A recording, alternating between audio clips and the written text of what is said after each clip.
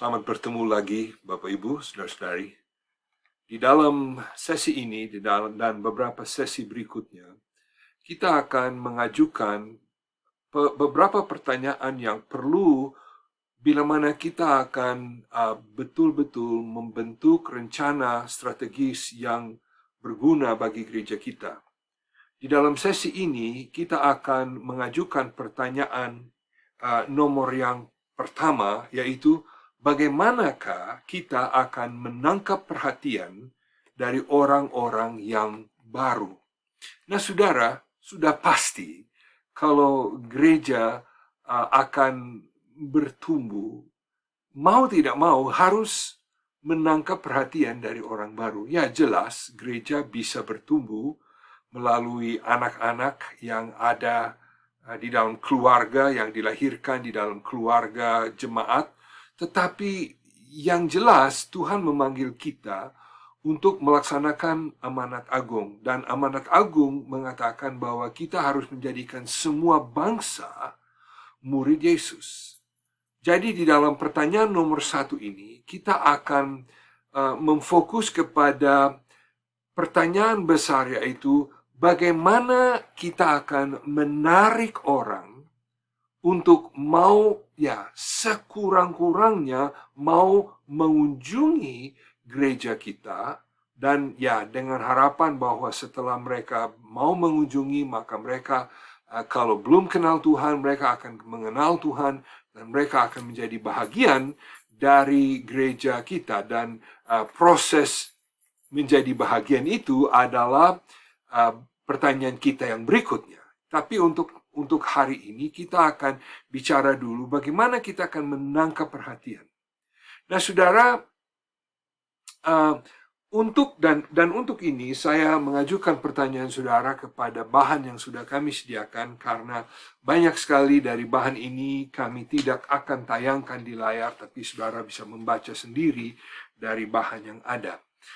Mau tidak mau, untuk memulai sebuah siklus kehidupan baru, maksudnya kalau gereja itu sudah mulai berada dalam keadaan mulai menurun atau sudah mulai mendatar, dan kita mau menciptakan sesuatu siklus baru, jelas kita harus memiliki hidup yang baru, kehidupan yang baru. Dan itu berarti bahwa kita harus mulai berpikir dari mana orang-orang itu akan datang. Yang jelas mereka akan sumber utama adalah teman-teman kita. Jadi kita bertanya, siapa yang menjadi teman-teman kita? Teman terbaik untuk tempat terbaik untuk menemukan teman-teman baru ialah di antara mereka di mana warga gereja kita selalu berkumpul dan terhubung setiap hari. Jika Anda pernah menjadi bagian dari sebuah gereja yang bertumbuh, pasti Anda sudah tahu bahwa bukanlah sang gembala yang selalu membawa orang-orang baru setiap minggu, tetapi umat dari gereja itulah yang membawa. Jadi sumber utama dan pertama adalah mereka yang dibawa oleh jemaat yang sudah ada. Nah, saudara, kita menegaskan bahwa menangkan atau menjangkau jiwa, membawa jiwa kepada gereja, itu sebenarnya bukan tugas yang harus dilakukan oleh gembala yang kita gaji atau staf-staf yang kita gaji. Jadi kita harus bertanya, sebahagian, saya baca dari halaman 7, sebahagian gereja memecat gembalanya. Saya harap bukan di antara saudara yang mendengar pelajaran ini, memecat gembalanya ketika gereja itu tidak bertumbuh, karena mereka berpikir bahwa berita tentang keterampilan khotbah yang sempurna dari gembala itu diharapkan akan memenuhi segala peranan penggembalaan dalam gereja itu. Saudara, ya jelas gembala mempunyai tanggung jawab untuk mempersiapkan, untuk menyampaikan berita firman dan lain sebagainya, tetapi gembala tidak bisa dikatakan akan membawa orang. Jadi kita harus bertanya, siapa yang menjadi teman-teman kita? Halaman yang ke-8 kita membaca seterusnya. halaman 7 bagian bawah. Penginjilan juga bukanlah ada alasan mengapa gembala gereja kita membuat keputusan dalam merekrut beberapa anggota staf pastoral atau staf kantor. Maksudnya, staf-staf pasti bisa menolong di dalam mengundang orang atau mendatangkan orang, tapi sekali lagi, tugas ini jatuh kepada jemaat. Tugas ini harus berada di jemaat. Jadi, jemaat, saya membaca seterusnya halaman 8, pertimbangan untuk membuat acara-acara atau peluang-peluang hari persahabatan agar umat Tuhan dalam gereja kita menargetkan undangan-undangan mereka pada undangan-undangan mereka kepada teman-teman mereka. Maaf, saya sedikit salah bicara. Jadi, saudara, kita boleh simpulkan bahwa kalau kita mau mendapatkan orang baru, kita harus melihat kepada orang-orang yang ada. Orang-orang yang ada di dalam gereja kita. Nah, ada gereja yang mengatakan yang kita mau targetkan adalah keluarga dari orang yang sudah bergereja. Mungkin keluarga mereka belum kenal Tuhan, atau mungkin keluarga mereka pernah kenal Tuhan dan sudah jauh dari Tuhan, atau mungkin mereka memang tidak bergereja, tetapi jadi kita mau, atau mungkin kita mau menargetkan tetangga dari jemaat kita, atau teman kerja, atau kalau pemuda pelajar, kita mau menargetkan teman sekuliah atau teman sekolah atau bagaimana. Saudara, akhirnya saya kira kalau kita bertanya, saya hampir pasti kalau kita bertanya kepada orang-orang yang sedang bergereja sekarang, bagaimana Anda pertama kali datang di gereja ini? Saya kira kemungkinan besar akan dikatakan diundang oleh seseorang. Jadi, penginjilan saya baca, jadi siapakah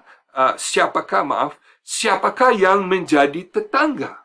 Well, kita bisa mencari, jika kita mencari orang-orang untuk dikasihi, mengapa kita tidak memulai dengan tetangga terdekat kita? Orang-orang itu memang ada di situ. Hanya beberapa langkah saja dari gereja kita. Maksudnya, orang yang berdiam di kiri kanan gereja kita. Nah, memang khususnya di gereja-gereja yang bukan di perkotaan, ini jauh lebih penting. Di dalam kota, orang suka datang dari jauh atau dari arah yang berbeda-beda. Tetapi sekurang-kurangnya kita mulai dengan melihat siapa yang ada dekat di gereja kita. Siapakah, bukankah mereka?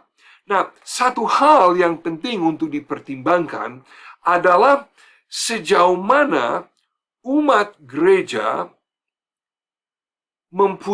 memiliki kesamaan yang dengan mereka yang ada dekat gereja. Jika umat gereja memiliki kesamaan yang sangat sedikit dengan mereka yang tinggal paling dekat dengan gereja, maka tidak seorang pun akan berharap dapat menemukan para sahabatnya di situ. Maksudnya, kalau tetangga dari gereja kita beda dengan jemaat kita, sulit untuk kita berhubungan secara sosial, secara budaya, dan lain sebagainya dengan mereka.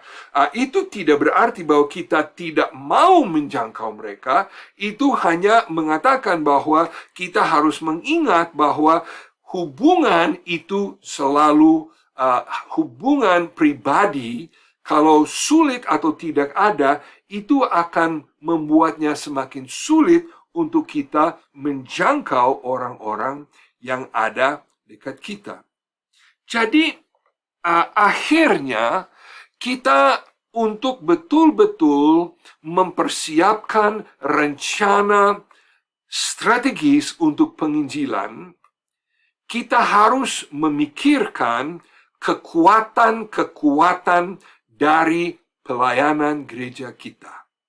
Nah, saudara, saya anjurkan kalau saudara belum pernah melakukan, mungkin saudara mau melakukan sebuah analisa SWOT, dan kita pernah bicarakan analisa SWOT di dalam sesi yang sebelumnya. Tetapi kita harus mengetahui apa yang menjadi kekuatan dari gereja kita. Setiap gereja memiliki kekuatan tertentu. Jelas.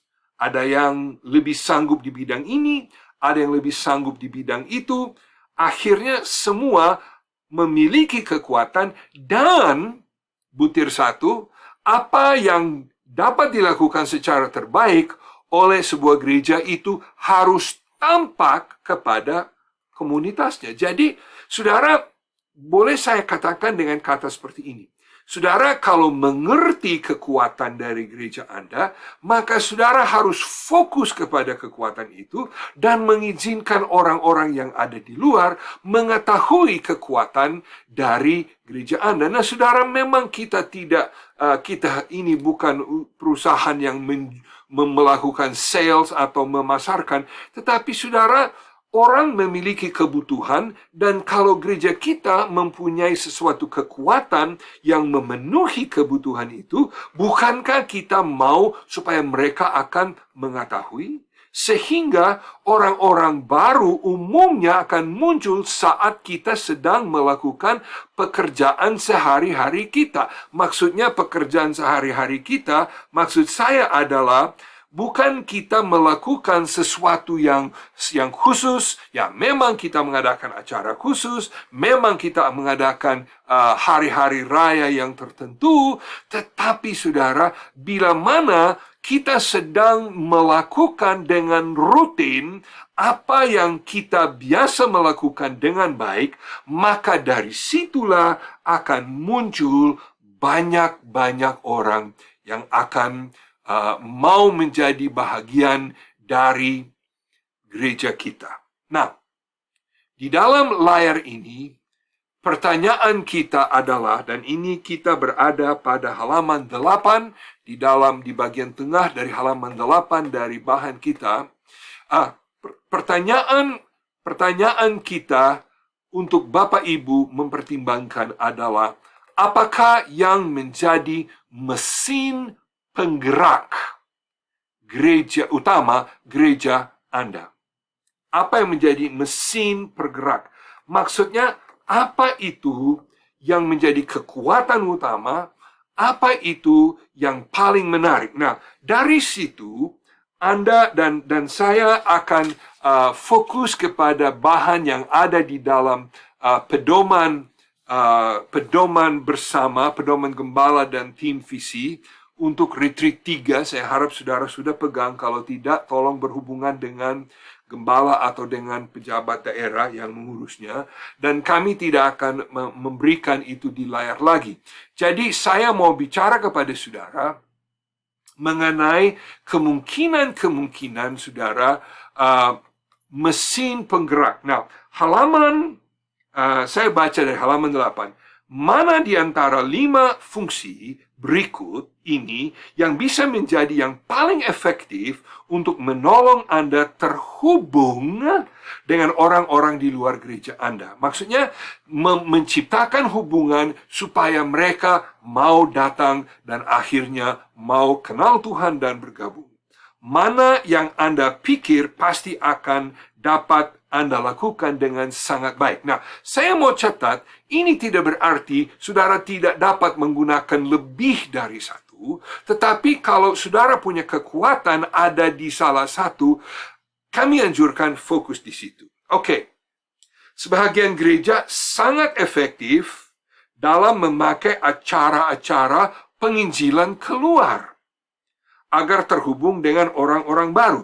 Dan di dalam diktat kita, di dalam pedoman kita, ada daftar yang mendaftarkan beberapa hal, seperti konser-konser, ya, atau KKR, atau kegiatan sport day, atau lomba masak, atau lomba nyanyi, atau aksi sosial, pemberian makanan atau pakaian, atau acara-acara istimewa lain yang ditargetkan untuk menjawab kebutuhan orang-orang sekitar. Sasarannya adalah apa? Menjumpai orang-orang baru. Saya mengikuti waktu saya bersama dengan pendeta Jeff di gereja ICA di Surabaya. Mereka setiap hari Natal mengadakan acara besar dan mereka sewa ruangan besar di mall dan mereka mengadakan upacara drama yang luar biasa produksinya. Dan yang menarik sekali bagi saya adalah pengumuman yang diberikan kepada jemaat. Pengumuman mengatakan begini, tolong jemaat jangan undang teman yang sudah kenal Tuhan dari gereja-gereja lain untuk datang menyaksikan acara kita. Jangan dong. Yang diundang bukan teman-teman dari gereja lain yang sudah kenal Tuhan. Yang diundang adalah teman-temanmu, teman-temanmu yang mungkin tidak bergereja, mungkin belum kenal Tuhan. Undang mereka, kan ini bukan dalam gereja, ini bukan kebaktian, ini drama atau bagaimana. Tujuannya apa? Untuk menciptakan hubungan. Saya bisa memberikan sebuah contoh lain dari sebuah gereja besar yang ada di kota di mana saya sedang berada, di Springfield, Missouri.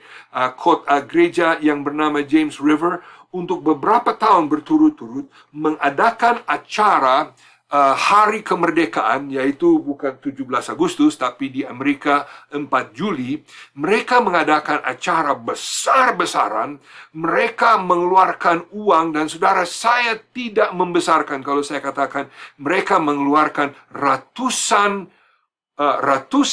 ribu dolar untuk mempersiapkan segala sesuatu supaya semua orang di dalam kota kami mau berkunjung. Ya, setidaknya sepanjang hari mereka bisa macam-macam, ada permainan, ada pentasan fireworks, ada pentasan api, ada kembang api, ada segala sesuatu. Saya paling ingat satu kali sampai yang paling lucu.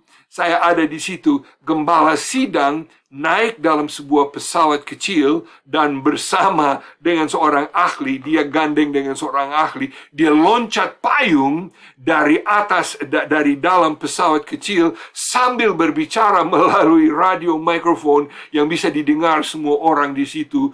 Guna apa, saudara? Guna menciptakan satu event yang luar biasa hebat. Untuk apa? Menarik orang datang, bukan untuk berkebaktian. Nah, memang waktu itu ada juga kebaktian, ada semacam kebaktian KKR, di mana khotbah diberitakan. Tapi selain itu ada artis-artis yang datang. Semua tujuannya apa?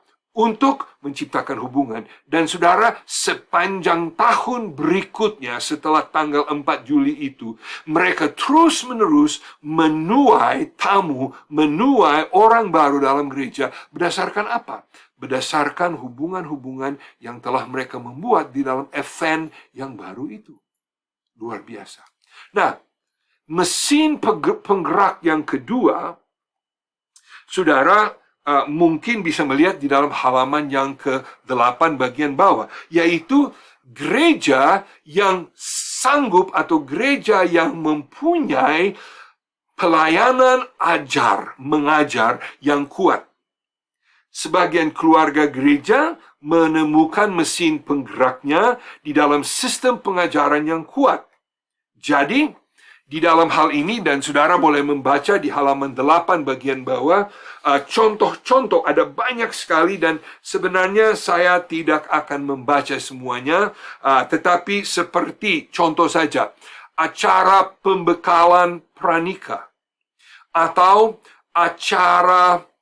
bukan acara, tapi semacam kelas untuk orang di dalam pernikahan, mungkin orang yang baru nikah 3 tahun, diadakan kelas-kelas bagaimana menyesuaikan diri dalam proses pernikahan.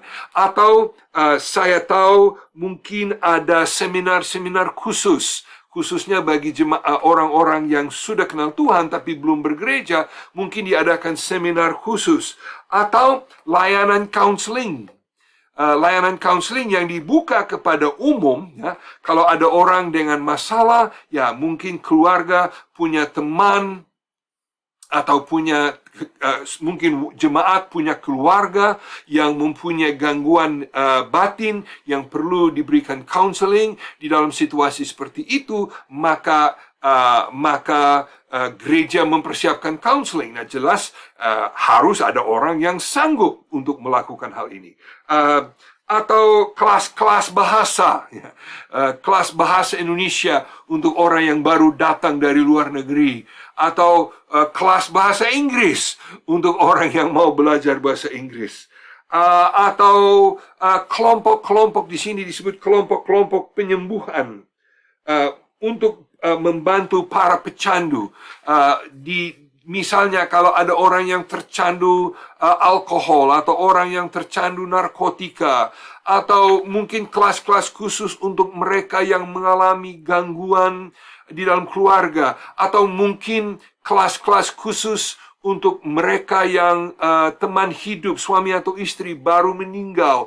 Ada banyak hal seperti itu. Nah, jelas situasi seperti ini memerlukan keahlian di dalam orang yang akan pimpin. Tetapi saya baca dari halaman 9, sayangnya banyak gereja memiliki guru-guru yang begitu hebat, membatasi karunia-karunia mereka hanya bagi jemaat saja. Selain kelas sekolah minggu dan pelayanan terhadap anak-anak yang unggul tidak pernah dibawa keluar dari tembok atau gedung gereja, dan jarang sekali memberi sumbangsi dalam upaya membawa jiwa-jiwa baru kepada gereja. Pastilah usaha-usaha pemuridan yang kuat sangat penting bagi kehidupan berjemaat. Namun ada gereja-gereja yang unggul di dalam pengajaran, tetapi tetap saja terluput dari peluang yang besar untuk berhubungan dengan komunitasnya.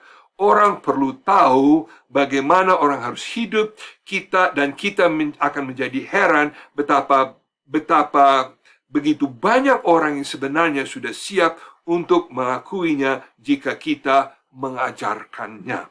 Jadi saudara, mungkin mesin penggerak gereja Anda ada di bidang membuat event penginjilan, atau mungkin ada di bidang memberi ajaran bukan hanya di dalam gereja tapi di luar gereja. Atau mungkin gereja saudara dan jemaat saudara lebih berarah kepada seperti melayani. Dan di dalam hal ini, begitu banyak cara yang kita dapat menggunakan untuk melayani masyarakat yang ada di keliling kita. Mungkin seperti pengadaan sekolah atau PAUD, atau mungkin membantu SD negeri, di mana mungkin di situ diperlukan orang tua untuk bantu dengan anak, atau mungkin maksud saya saudara, memberikan pelayanan kepada masyarakat di luar sana tanpa mengharapkan pembayaran atau sesuatu yang dikembalikan. Mungkin ada taman di pinggir yang bisa memungut sampah, atau ya jelas ya, kalau ada hari gotong royong, wajah-wajah gereja yang wujud di antara lingkungan itu pasti memberi kesan, wah, gereja itu sangat peduli, atau lain bagaimana. Atau ya mungkin ada tukang-tukang, ya, atau mungkin tukang beca atau pengemis, atau bagaimana diberikan air minum, diberikan makanan, atau bagaimana pengobatan gratis dan lain sebagainya. Nah saudara, ini namanya melayani. Dan jelas ini akan dilakukan bukan, ya memang gembala akan terlibat, memang staf gembala juga akan terlibat, tetapi ini bukan sesuatu yang dilakukan oleh staf gereja, ini dilakukan oleh jemaat kepada komunitas yang ada di kiri kanan, yang ada di keliling gereja itu, dan dengan demikian Anda mulai membuat hubungan. Nah, bisa jadi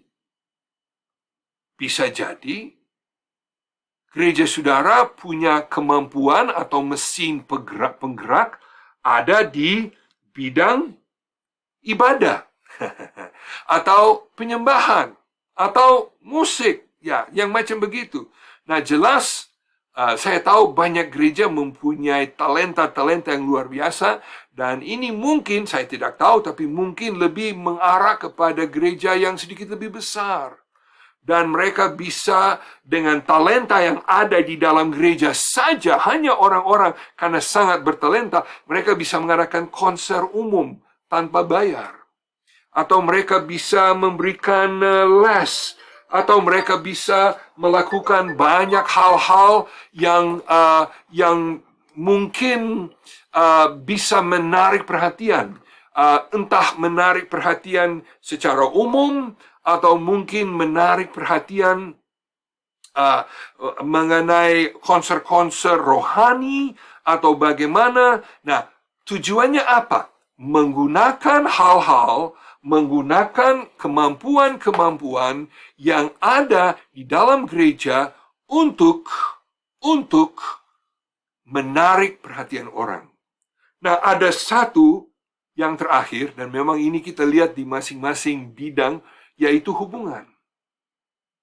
Ada gereja-gereja yang, ini halaman yang ke-10, mungkin saudara suka melihat halaman yang ke-9 dan 10.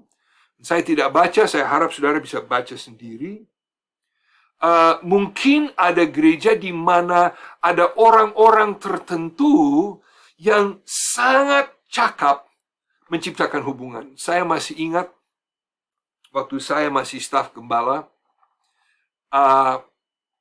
di gereja di mana waktu masih muda, ya, ada seorang bapak bernama Pak Dave. Wah, saya sangat terkesan dengan Pak Dave. Karena Pak Dave itu, di mana-mana dia pergi, dia bisa menciptakan teman. Maksudnya orang yang dia tidak kenal sama sekali, kalau dia mulai berhubungan sedikit dengan mereka, mereka langsung suka mereka, karena orangnya memang begitu. Orangnya memang begitu, dan dia menciptakan hubungan, dan dengan adanya hubungan, dia bisa dengan jauh lebih mudah mengundang mereka datang di dalam gereja. Seringkali ini bisa terjadi, dan di dalam halaman 10 di situ berbicara mengenai orang yang mungkin sedikit lebih tua.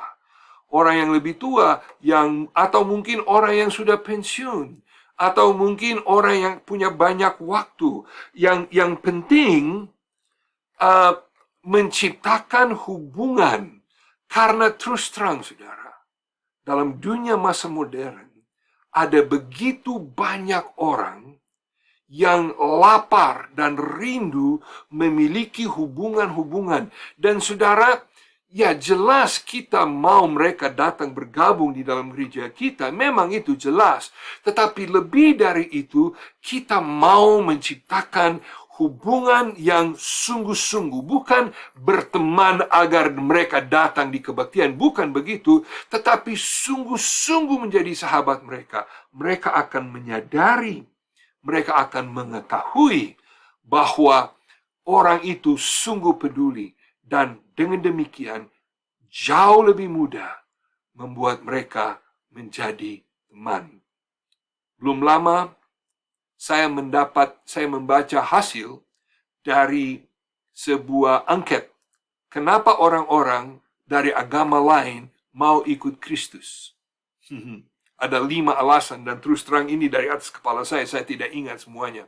Ada 5 alasan kenapa orang-orang yang dari agama lain mau kenal Kristus. Dan alasan yang nomor 1, alasan yang tertinggi adalah karena ada orang Kristen yang berhubungan dan berteman dengan saya.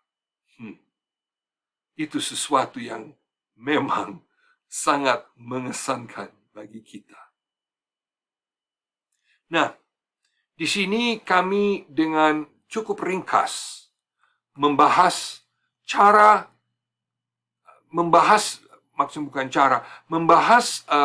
apa yang dapat saudara mempertimbangkan.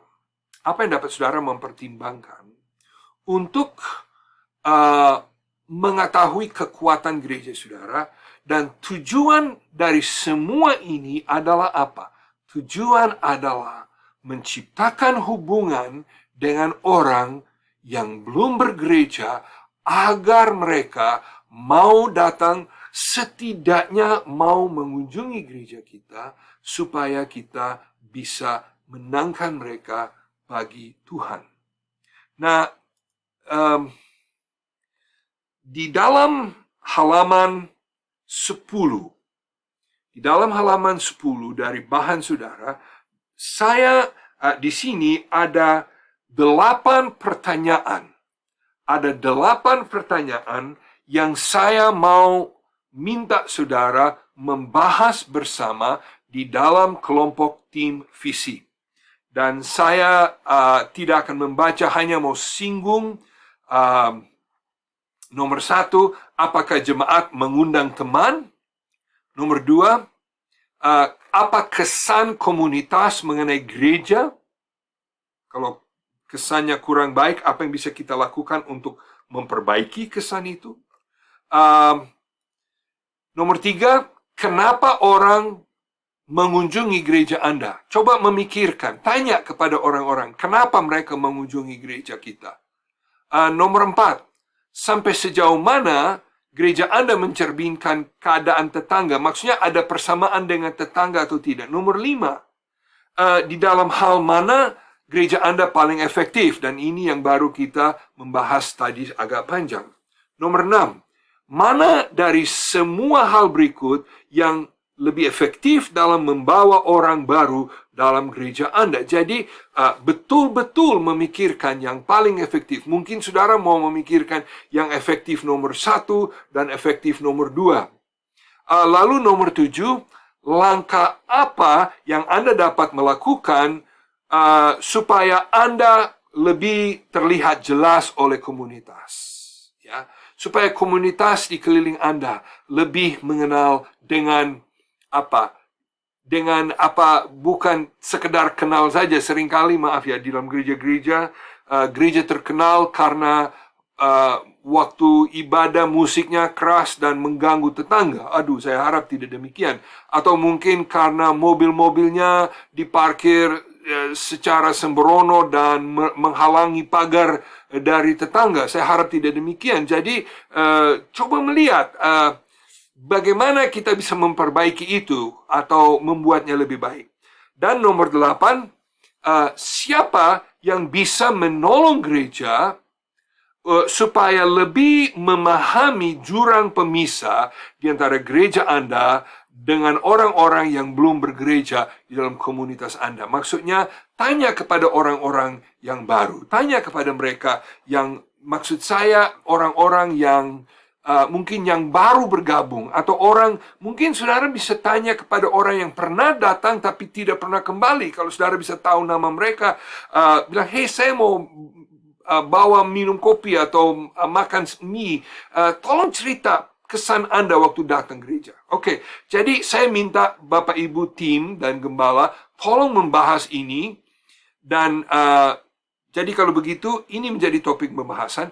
Lalu bila mana sudah selesai, berpindah kepada halaman ke-11, dan di situ juga ada beberapa, ada 2 pertanyaan di mana saudara bisa mulai berpikir menjawab pertanyaan ini untuk mulai memikirkan langkah-langkah manakah yang dapat kami tempuh supaya bisa menciptakan hubungan dengan orang yang belum bergereja.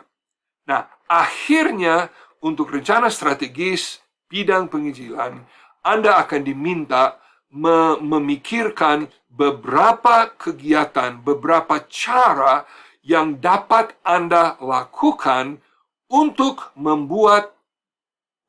menciptakan hubungan erat supaya kita bisa mengundang orang bergabung di gereja kita.